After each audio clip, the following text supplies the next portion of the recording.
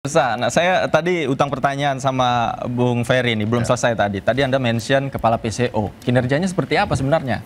Saya bukan bicara kinerja karena memang PCO belum ada kerjanya kan. Belum ada kerjanya jadi belum bisa dinilai gini, gitu maksudnya. Apa maksud presiden ketika jubir masih di tangan Sesnek? Ya. Sementara PCO juga ditugaskan sebagai jubir. Kemarin kan sempat sudah menyatakan mundur diri ya. Karena diambil tugas. Sampai hari ini ketika PCO ini Presidential Communication Office ya, bukan Virgin Coconut Oil ya. Semenjak dia mundur sampai kembali, status juru bicara resmi presiden yang masih powerful masih di Sesnek. Jadi kenapa kemudian ada dua-dua? Kalau kita baca, satu orangnya Presiden Jokowi, satu benar-benar orangnya Presiden Prabowo. Begitu juga di beberapa kementerian yang kita lihat ya, bahwa di Danantara orang-orangnya Pak Prabowo, BUMN orang-orangnya Pak Jokowi. Ini dikurangi kewenangannya, dilemahkan, ini diberikan kekuatan. Menurut saya kita sudahlah tidak usah berpura-pura, orangnya Jokowi sudah mundur semua atau dimundurkan oleh presiden agar lari kabinet betul-betul berjalan cepat. Jadi maksud Anda orang Jokowi menjadi beban kabinet? Betul, dari awal kan sudah diingatkan ngapain mengambil 50% isi kabinet Presiden Jokowi untuk ditempatkan di Presiden Jokowi, Prabowo.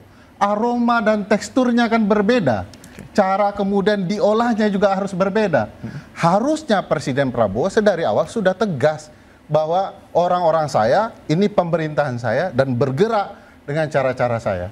Jangan kemudian keras-keras tetapi tidak juga mampu menggeser orang-orangnya Jokowi dari tampuk kabinet. Itu menunjukkan kelemahan besar Presiden. Diingatkan oleh Bang Rey, jangan hari ini ngomong keras-keras, besok diperbaiki. Ini merusak citra dan marwah presiden. Presiden harus lebih hati-hati untuk kemudian mengungkapkan keinginan politiknya, termasuk menata kabinetnya. Baik. Bang Hindarsam, tanggapan Anda? Pasti setuju lah itu. Gini, kita dari perspektif ini, beliau kan seorang katanya pakar hukum tata negara. Harusnya apa yang Bung Ferry sampaikan itu harus hormat dan taat kepada konstitusi. Harus hormat dan taat kepada pasal 17 ayat 2 Undang-Undang Dasar bahwa itu merupakan hak prerogatif presiden untuk menentukan. Amanat rakyat 58% sudah memberikan mandat kepada beliau, kemudian dideliver melalui bentuk kabinet segala macam, dan itu harus kita hormati.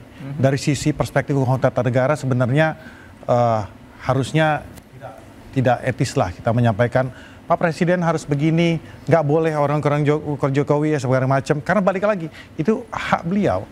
Itu undang-undang dasar yang menjamin hal tersebut. Tapi saya sedang membela Presiden Prabowo. Iya, nggak apa-apa.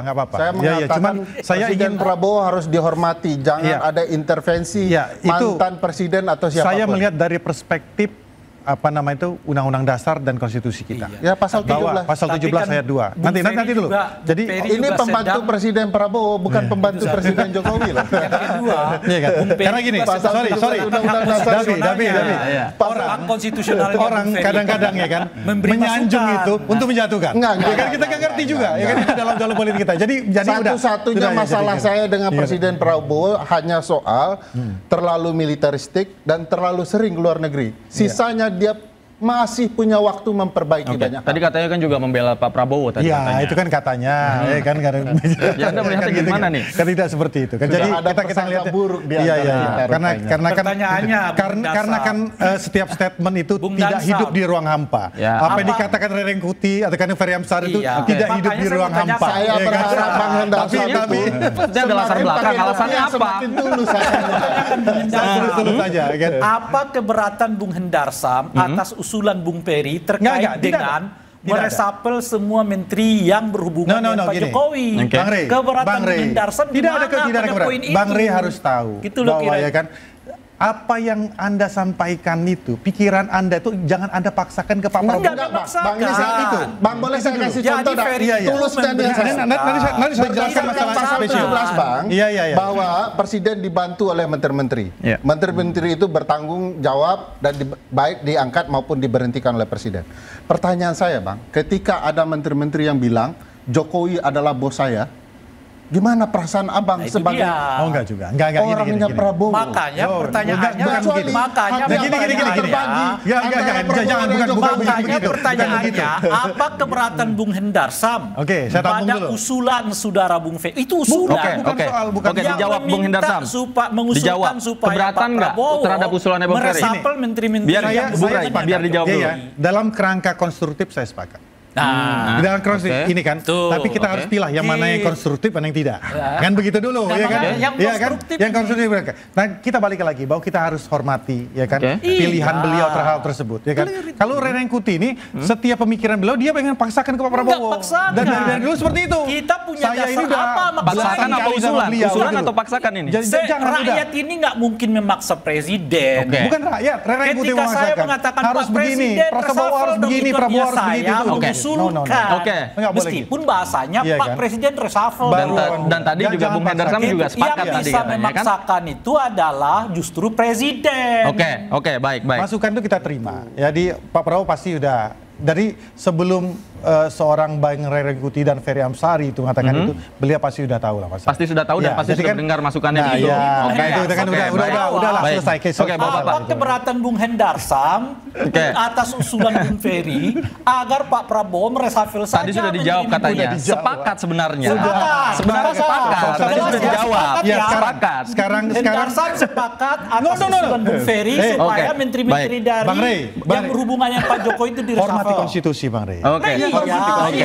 Sudah, jadi baik. Ada menteri yang tidak menghormati konstitusi. Masukan-masukan itu tetap ada di tangan beliau. Apakah masukan itu juga dimaknai yang sama oleh Partai Demokrat? Nah, Bang Didi, silakan.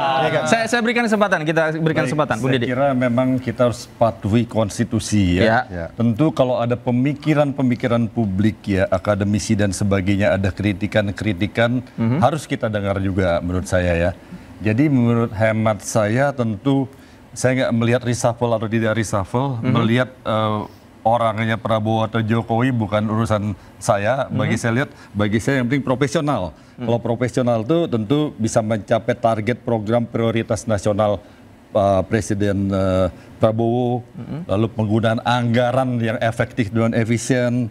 Lalu menteri-menteri ini juga di era sekarang harus punya inovasi, punya solusi yang sesuai dengan persoalan. Tapi kalau yang tadi ada. kewenangannya dipangkas seperti kata Bung Ferry dan Antara dan BUMN dan lain-lain, Anda melihat ini seperti apa? Sinyal dari Presiden apa sebenarnya?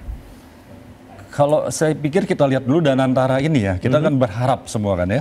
Danantara ini kalau nanti bagus saya kira akan baik. Tetapi ini kan ujian buat kita. Danantara sendiri baru beberapa bulan ya.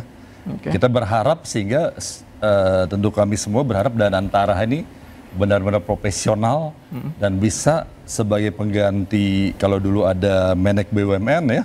Sekarang Danantara ini bisa mengoptimalkan anggaran-anggaran besar yang ada di sana. Bukan bentuk pengkebirian wewenang. Pak Didi, saya boleh bertanya nggak, Pak? Pak Didi, saya nggak melihat demikian ya. Saya boleh bertanya ke beliau nggak? Boleh, silakan. Selain kewenangan menyetujui apa yang sudah dilakukan oleh Danantara untuk mengatur direksi dan komisaris, kerjaan Menteri BUMN apalagi yang ada fungsinya? Semua sudah diambil oleh Danantara. Enggak lah. Ya apa kewenangan Menteri BUMN? Ya kan regulator. Ya kalau regulator tak ada fungsi eksekutifnya, bukan eksekutif namanya. Enggak gitu kan. Jadi pakar hukum tata negara kok. Aduh, jangan gitulah. Kan Bang Hendar di dalam tata negara itu saya clear dulu ya. Tadi masalah PCO saya tunggu Bang, belum selesai sana. Dalam hukum tata negara itu ada hukum administrasi negara namanya.